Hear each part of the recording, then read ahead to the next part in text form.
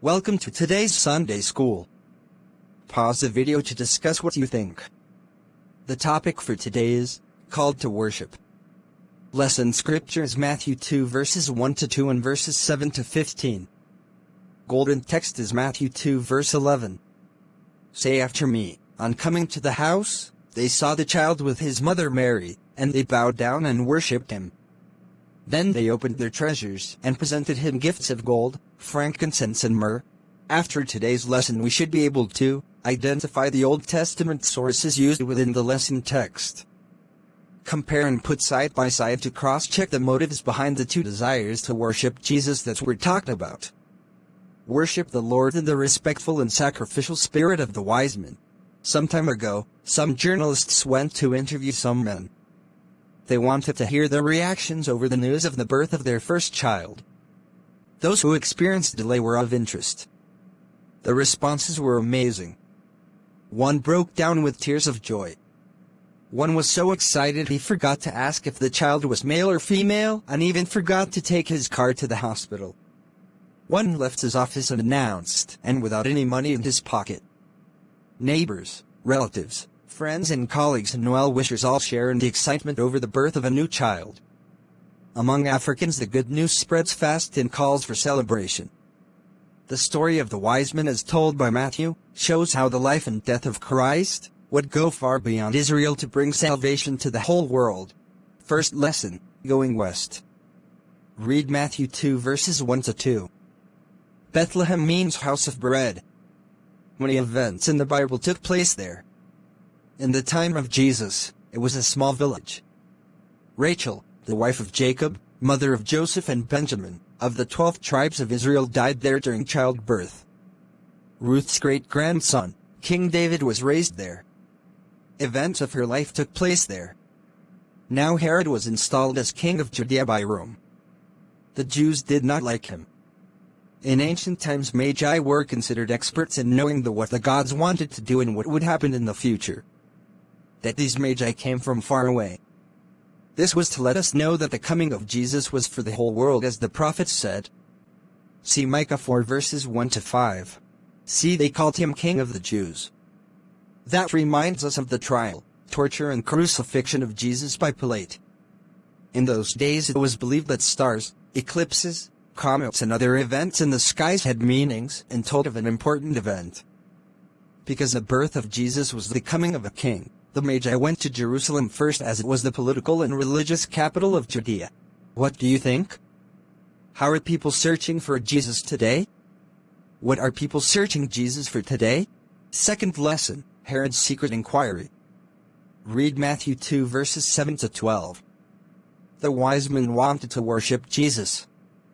Herod sent them to Bethlehem hoping they would help him find the future opponent. Herod was lying when he said he wanted to worship Jesus. Remember the shepherds? The manger was the sign of the right person. For the Magi it was the star remaining over the place where Jesus was. It reminds us of the pillars of cloud and fire that guided the Israelites in Exodus 13 verse 21. Seeing the star they were happy that the long journey was not in vain. They must have worshipped Jesus like they did for ancient kings. Then they gave gifts fitting for a king. Gold, frankincense and myrrh. But know something, no Jewish advisor to Herod followed them to seek Jesus. We were not told of any. See, God continued to speak to the Magi in a way they knew. So they secretly returned to their country and did not go to Herod to tell him where Jesus was. God uses different methods to reach different people. How does God reach you? What do you think?